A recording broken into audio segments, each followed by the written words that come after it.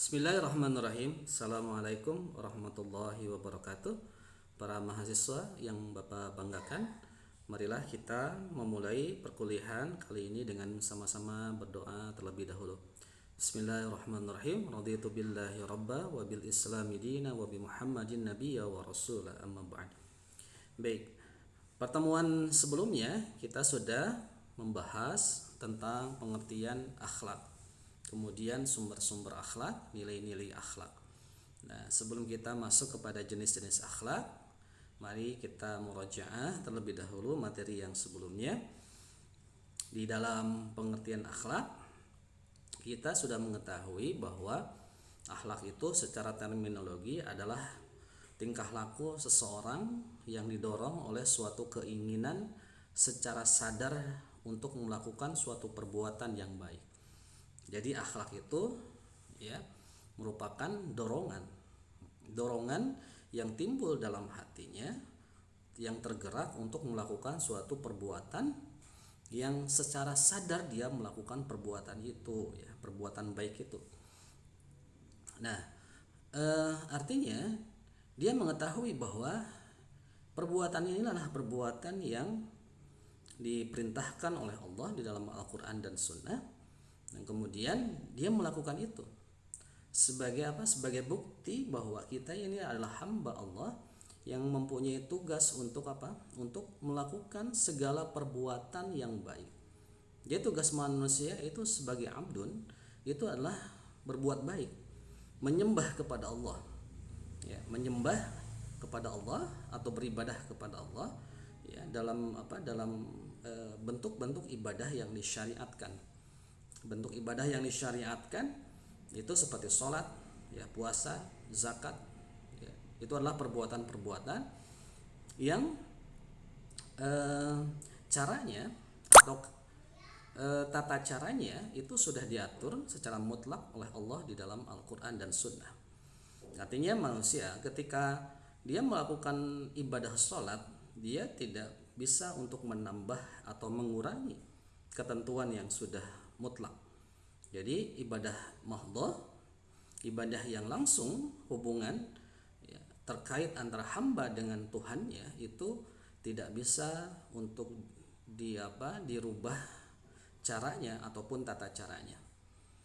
Seseorang tidak boleh menambah jumlah sholat. Misalnya sholat zuhur yang ketentuannya adalah 4 rakaat, karena kita misalnya ingin menambah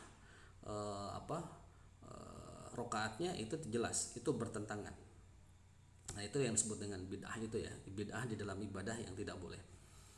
Nah, kemudian di dalam terminologi lainnya akhlak itu ada beberapa macam istilah.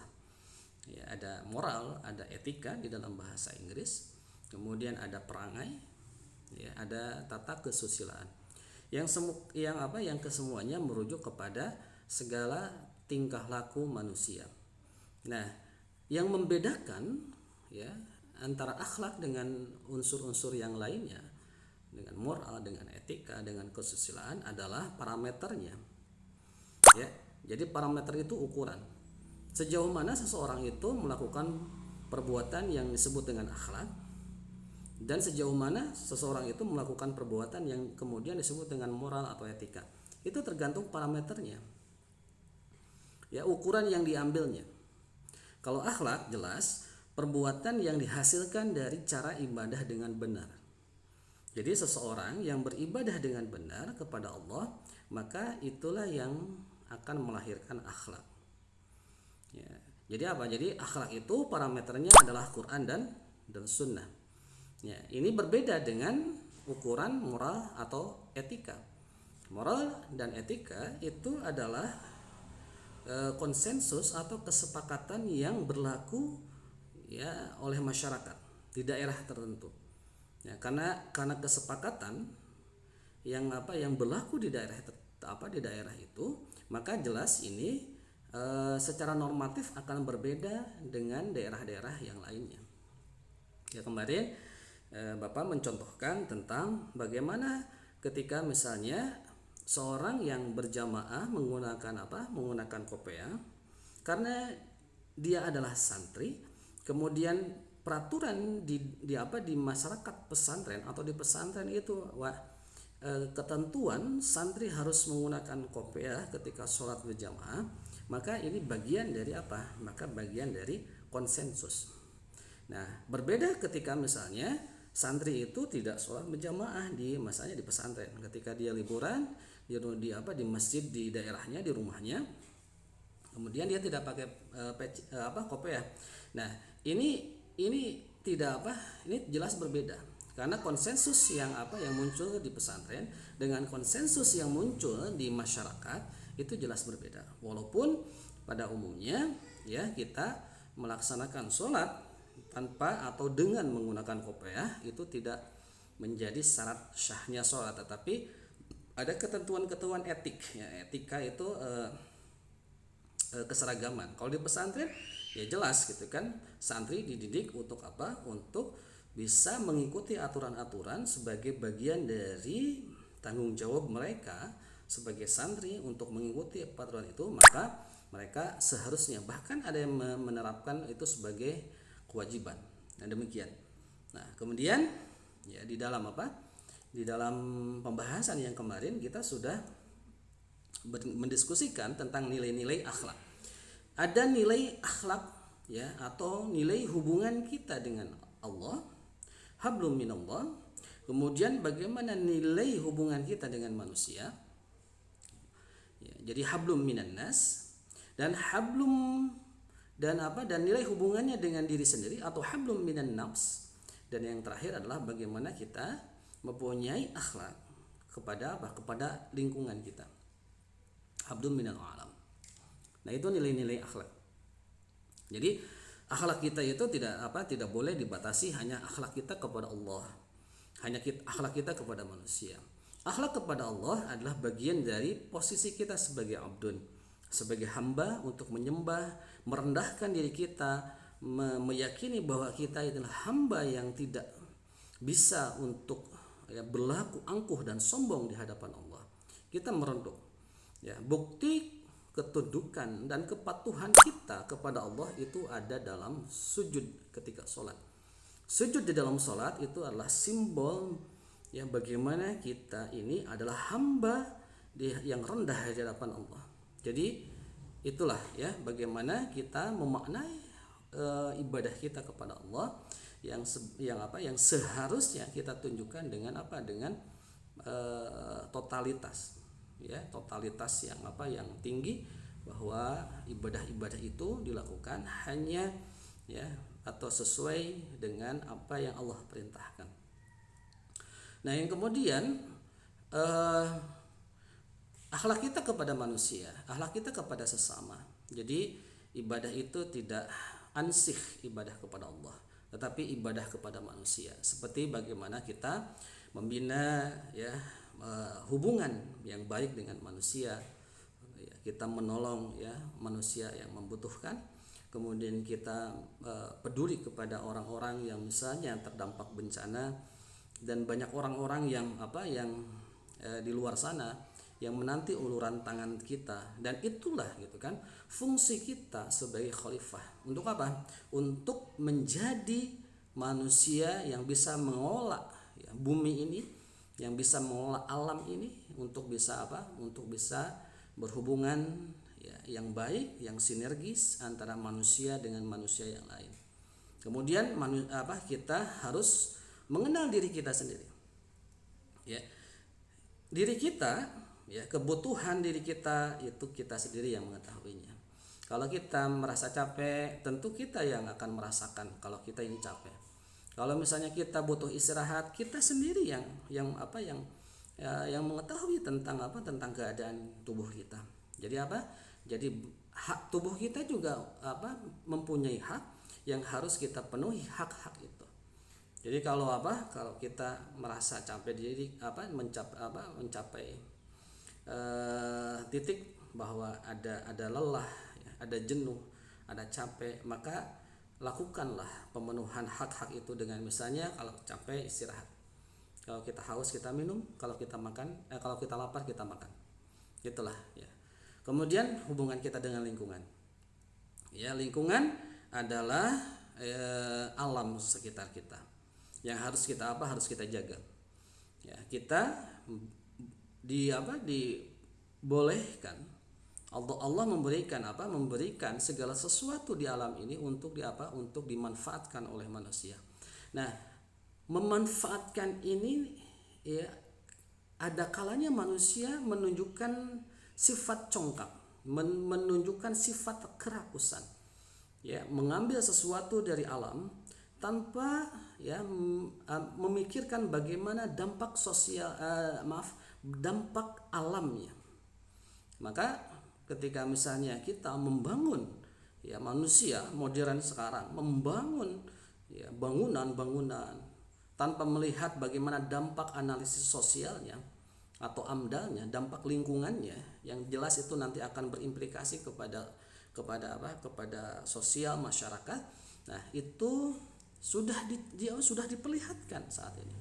Bangunan-bangunan, misalnya daerah yang menjadi serapan air bagi daerah-daerah yang misalnya sudah terlanjur banyak bangunan-bangunan yang berdiri seperti Jakarta.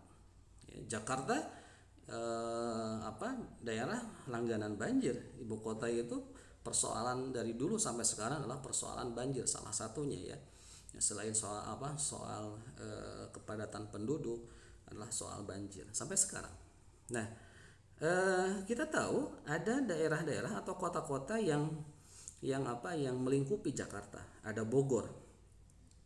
Bogor itu adalah kabupaten yang seharusnya menjadi daerah serapan air bagi Jakarta. Ya, jadi Bogor itu harusnya menjadi daerah serapan air. Banjir di Jakarta itu seharusnya bisa terantisipasi, ya bisa diminimalisir, yaitu dengan keberadaan Bogor sebagai kabupaten atau kota yang menyerap air dari Jakarta. Tetapi ya sekarang di Bogor kita melihat gitu kan, pembangunan itu dilakukan secara masif. Banyaknya villa-villa yang berdiri di daerah dataran tinggi, yang seharusnya dataran tinggi itu dataran yang bisa menyerap air, tapi justru malah dibangun villa-villa dan sebagainya tanpa melihat dampak lingkungannya. Akhirnya Bogor tidak lagi berfungsi untuk daerah serapan. Nah, itulah hasil dari bagaimana hubungan yang tidak sinergis antara manusia dengan alam lingkungannya. Manusia membutuhkan dari alam, dan alam pun membutuhkan tangan-tangan yang baik, tangan-tangan yang kreatif, bukan tangan-tangan yang congkak, bukan tangan-tangan yang rakus. Jadi betul seperti yang dikemukakan di dalam ayat bahwa telah nampak keruksakan di daratan ataupun di lautan bima kasabat aydin nas. Karena campur tangan manusia. Jelas sekali itu ya. Campur tangan manusia terhadap berbagai kerusakan alam itu jelas nampak ya. Nah, itu bagaimana kita memiliki hubungan kita harus memiliki hubungan yang baik dengan Allah, dengan manusia, dengan diri sendiri, dan dengan alam. Nah, kemudian sumber akhlak itu ada Al-Quran dan Sunnah. Karena akhlak itu ada yang baik dan ada yang buruk, maka kita akan masuk kepada materi berikutnya ini adalah jenis-jenis akhlak. Namun mohon maaf, selain ini ada bagian yang terpotong, tapi akan Bapak bacakan secara utuhnya. Yang tidak nampak di layar ini akan Bapak bacakan. Nah, secara umum jenis akhlak itu ada dua, ada mahmudah dan ada mazmumah. Mahmudah itu tingkah laku yang terpuji. Tingkah laku yang terpuji yang merupakan tanda kesempurnaan iman seseorang kepada Allah. Jadi salah satu kesempurnaan iman kepada Allah itu adalah bagaimana kita menciptakan akhlak yang baik. Jadi akhlak itu adalah sunnah. Sekali lagi, akhlak itu adalah sunnah. Karena apa? Karena tidak ada sunnah-sunnah Nabi, tidak ada ketentuan yang muncul dari Nabi yang itu tidak baik. Misalnya kita diatur dalam setiap sendi kehidupan kita itu dengan apa? Dengan sunnah. Maka ketika kita melakukan sunnah-sunnah itu yang sangat detail, ya, itu berarti apa? Kita sudah berakhlakul mahmudah, ya, akhlak yang baik. Ya, ketika kita mau tidur, apa yang dicontohkan Nabi? Berdoa kan? Ya, ketika bangun tidur, ya kita juga diperintahkan untuk berdoa juga kan? Nah, itu akhlak.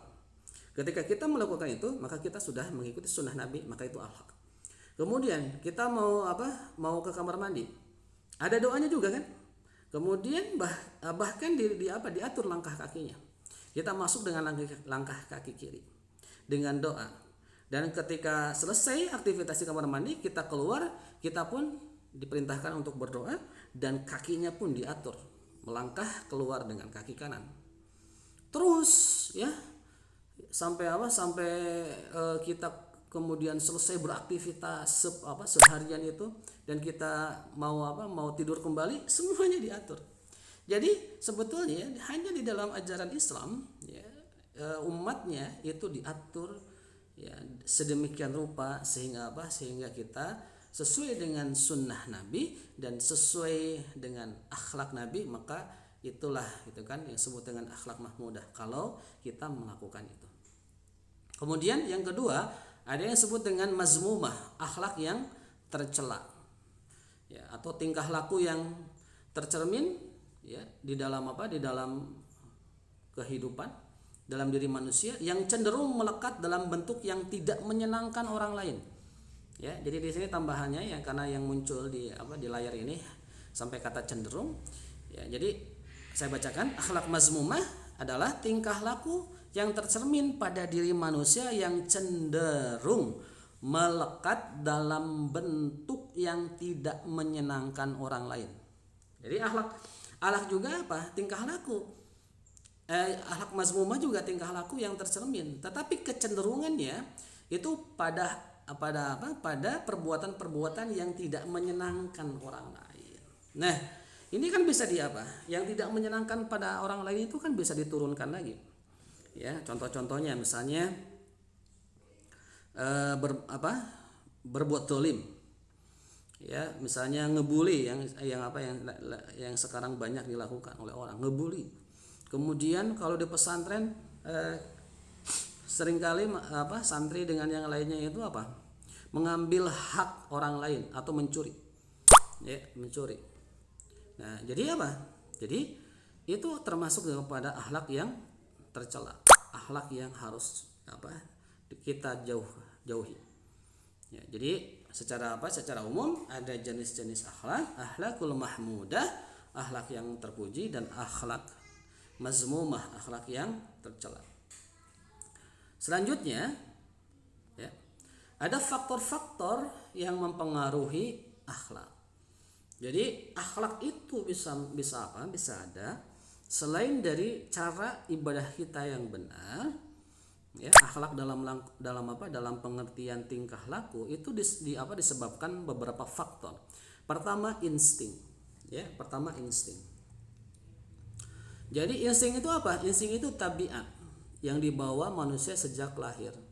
Ya, tabiat yang dibawa sejak lahir itu yang disebut dengan genetik. Ya, jadi kalau misalnya tabiat yang dibawa manusia sejak lahir itu jelas, ya, tabiat dari kedua orang tua, ya, ayah dan ibunya berperan andil.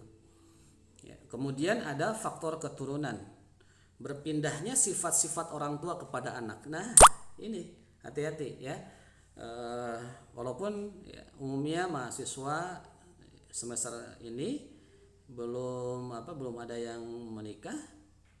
Ya, tetapi ini harus menjadi pelajaran ya dari sekarang bahwa sifat orang tua baik ayah atau ibu itu mencerminkan dari apa, dari nanti sifat atau akhlak anaknya. Kalau misalnya akhlak dari anaknya atau sifat anaknya itu sering apa, tidak jujur, itu jangan cepat untuk menyalahkan kepada anak. Bisa saja itu merupakan kebiasaan yang juga pernah dilakukan oleh kita orang tuanya. Jadi sifat-sifat bawaan orang tua itu keturunan. Kemudian ada yang disebut dengan faktor lingkungan, tempat di mana seseorang berinteraksi. Ya, kalau misalnya kita berdiam, tinggal berdomisili di tempat yang baik, maka kecenderungan orang itu akan baik. Karena apa? Karena dibina oleh lingkungan yang baik. Di pesantren kita menciptakan lingkungan yang sebisa mungkin santrinya untuk melakukan, mempraktekkan, melaksanakan akhlak-akhlak yang baik, membiasakan mengucapkan salam, kemudian rengkuh ketika berhadapan dengan guru, dengan kakak kelas. Dan di pesantren pun kita dibiasakan untuk selalu berkomunikasi dengan baik. Jadi lingkungan. Jadi kalau misalnya sebaliknya seseorang ada tinggal di lingkungan yang notabene lingkungan itu secara personal adalah orang-orang yang tidak baik, maka dia akan dibina, diberikan sebuah kebiasaan lingkungan yang tidak baik, maka tendensi atau kecenderungan orang itu akan baik. Orang yang tinggal di lingkungan yang misalnya masyarakatnya adalah orang-orang yang selalu melakukan perbuatan misalnya minuman keras, kemudian mencuri dan lain sebagainya, maka sedikit banyak itu akan berpengaruh kepada masyarakat yang lain. Kemudian ada faktor kebiasaan, sikap atau perilaku yang dilakukan secara berulang-ulang. Nah, ini kita harus tahu di dalam teori psikologi ada the power of repetition. Bagaimana kebiasaan yang diulang-ulang itu merupakan sesuatu yang betul-betul akan menerap kepada anak. Kalau misalnya kita menciptakan lingkungan yang selalu berkata-kata yang baik, kalau ketemu salam assalamualaikum, kemudian kalau misalnya ada sesuatu yang menimpa dan itu keburukan, maka innalillahi dan seterusnya. Kita membiasakan dengan kalimat-kalimat yang baik, kalimat-kalimat pendidikan, itu akan terbiasa. Akan terbiasa. Di rumah kita membiasakan kepada anak untuk berbicara kata-kata yang baik. Misalnya, ayo nak kita sholat berjamaah, ayo nak kita mengaji, ayo nak kita bersih-bersih rumah dan seterusnya. Maka itu adalah kata-kata, kalimat-kalimat yang terus dilakukan, diucapkan dan akan menempel di dalam benak anak, yang kemudian nanti secara sadar dia akan melakukan itu. The power of repetition, pengulangan terus. Jadi jangan sekali dua kali, terus. Kuncinya kita istiqomah. Istiqomah dan terus jadikan ini menjadi sebuah tradisi, kebiasaan. Kalau kebiasaan, maka nanti akan menjadi menjadi sesuatu yang indah, nikmat untuk dilakukan. Misalnya hari ini saya tidak membantu ibu, ada perasaan tidak enak. Nah, itu adalah nikmat. Kita sudah berhasil mendidik anak seperti itu. Kalau misalnya ada anak